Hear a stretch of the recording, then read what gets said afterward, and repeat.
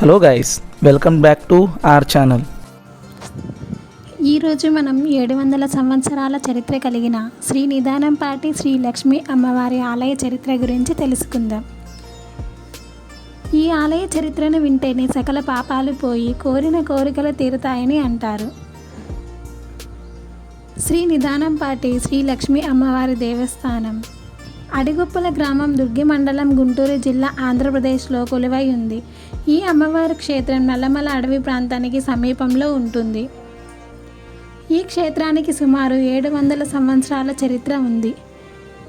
ఈ ఆలయ చరిత్ర లేదా స్థల పురాణం గురించి ఇప్పుడు తెలుసుకుందాం. ద్వాపర యుగాంతంలో కైలాసంలో పార్వతీ పరమేశ్వరులు కొలువుదీరి ఉండగా నారదుడు మరియు నందీశ్వరుని తండ్రి శిలాద మహర్షి దర్శనానికి వచ్చారు. ఆ రోజు నందీశ్వరుడు నాట్యం చేస్తాడు అని నందీశ్వరునితో నాట్యం చేయమని శివుడు ఆజ్ఞాపించెను. నందీశ్వరుడు నాట్యంను చూసి పార్వతీదేవి పగలబడి నవ్వింది. అందుకు కోపంతో శిలాదుడు పార్వతీదేవితో, తల్లి, ఎందుకు నా పుత్రుడు నాట్యం చూసి ఏలన చేయుచున్నారని ప్రశ్నించగా, దానికి బదులుగా పార్వతి, లయబద్ధం లేని నాట్యం, వింత రూపంతో చేసే నాట్యం చూసి నవ్వు వచ్చిందని, అసలు ఈ 4 కాళ్ళతో ఉన్న వింత ఆకారంను గర్భాన మోసిన నీ భార్య అసలు మనిషినా అంటూ నవ్వుతూ అడిగింది. దానికి పట్టరాని కోపంతో శిలాదుడు, పరమశివుని భార్యవన్న గర్వంతో మునీశ్వరులను వారి భార్యలను అవమానిస్తావా అంటూ భూలోకంలో ఏ శక్తులు లేకుండా మానవ రూపంలో పుట్టి 12 సంవత్సరాల వయసులో వివాహం కాకుండానే గర్భం ధరించి అవమానంకు గురయ్యి నీ ఇంటివారు నిన్ను అవమానించి అగ్నిలో ఆహుతి చేయుదురని శపించెను. భూలోకంలో పరమ నిష్ఠాగరిష్ఠుడు శివుణ్ణి అనునిత్యం కొలిచే యాగంటి అను కమ్మవారి కులంలో జన్మిస్తావు. మరియు నీకన్నా ముందే కైలాసంలో కామధేనువు వారి ఇంట గోవుగా జన్మిస్తుంది. అనునిత్యం ఆ కామధేనువును కొలువుము. ఆ గోపంచకం వల్ల నీకు మాయా గర్భం వస్తుంది. నీ గర్భంలో నందీశ్వరుడు సూక్ష్మ రూపంలో ఉంటాడు అని పలుకుతూ మీ మానవ రూపం అంతంతో శాప విముక్తి కలుగుతుందని చెప్పాను. ఇదంతా చూస్తున్న శివుడు నోరెత్తకుండా మౌనంగా ఉండటం గ్రహించి పార్వతీదేవి, ఏమిటి స్వామి ఇంత జరుగుతున్న, మీరు నోరు మెదపకుండా అలా ఉన్నారు? నందీశ్వరుడు నా కుమారుడు లాంటివాడు. అతన్ని చూసి నేను నవ్వటం ఏమిటి, ఈ శాపం ఏమిటి అని ప్రశ్నించింది. దానికి బదులుగా పరమశివుడు, మరచితివా పార్వతి, గజాసుర మరణం తర్వాత నందీశ్వరుడు నీ గర్భాన జన్మించాలని వరం కోరగా నువ్వు వరం ప్రసాదించావు. ఇప్పుడు జరిగినదంతా విష్ణుమాయ, లోక కళ్యాణం కోసం.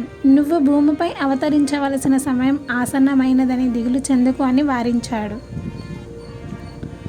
పార్వతీదేవి నిదానంపాడులో ఉన్న యాగంటి రామయ్య సుగుణమ్మ దంపతులకు జన్మనిచ్చెను. ఆమెకు శ్రీలక్ష్మి అని నామకరణం చేశారు. ఆయనకు 4 మగ సంతానం కలరు. మూర్తయ్య, వెంకయ్య, నరసయ్య, లింగయ్యలు. ప్రతిరోజు శ్రీలక్ష్మి గోశాలకు వెళ్ళి కామధేనువుకు నమస్కరించి 3 ప్రదక్షిణలు చేసి కామధేనువు గోపంచకంను స్వీకరించేది. ఇలా 12 సంవత్సరాల వరకు అనునిత్యం చేసేది. ఈ విషయం ఇంటిలో వారికి కూడా తెలియదు.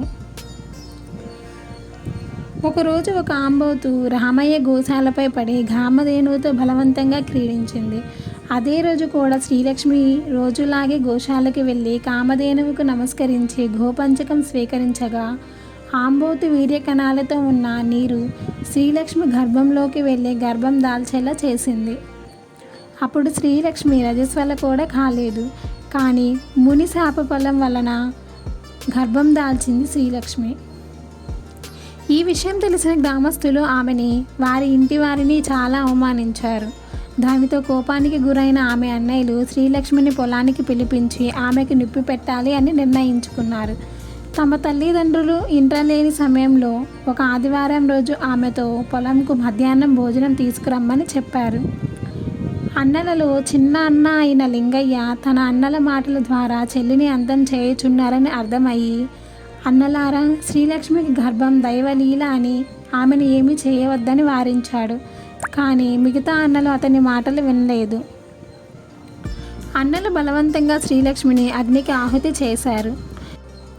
12 గంటల మిట్ట మధ్యాహ్నం సమయంలో శ్రీలక్ష్మి అమ్మవారు, గ్రామ ప్రజలారా, నేను యాగంటి వారి ఇంట కారణజన్మురాలిగా జన్మించాను. వారికి ఈ విషయం తెలియక దహనం చేశారు. ఆదివారం నన్ను దహనం చేశారు కావున ప్రతి ఆదివారం నాకు పసుపు కుంకుమతో పూజించండి. నన్ను దహనం చేసిన అన్నల వంశం నాశనమయ్యి ఒక్క లింగయ్య వంశం మాత్రం వర్ధిల్లుతుంది అని చెప్పి నాకు ఎటువంటి రూపం కల్పించరాదని, నన్ను మండుటెండలో అగ్నిదహనం చేసినందుకు నాకు ఆలయం కట్టవద్దని, నన్ను ఎండలో ఉండే భక్తులు దర్శించుకోవాలని షరతు పెట్టింది. జయ జయ లక్ష్మి నిదానం పాటి శ్రీలక్ష్మి అంటూ పూజించిన వారికి సకల సౌభాగ్యాలు ఇస్తాను అని చెప్పి వరం ఇచ్చింది. భక్తులు అమ్మవారిని దర్శించి భక్తితో ప్రార్థించి మొక్కుకుంటే కోరిన మొక్కులు తీరుతుండటంతో ఈ విషయం ఆ నోట ఈ నోట ప్రాకి ఒకప్పుడు సాధారణ రద్దీ ఉండే అమ్మ ఆలయం ప్రస్తుతం ఆదివారం వేల సంఖ్యలో భక్తులతో అతి రద్దీగా మారింది. ఇటువంటి మహిమ కలిగిన దేవత పల్నాడు ప్రాంతంలో వెలవడం అదృష్టం.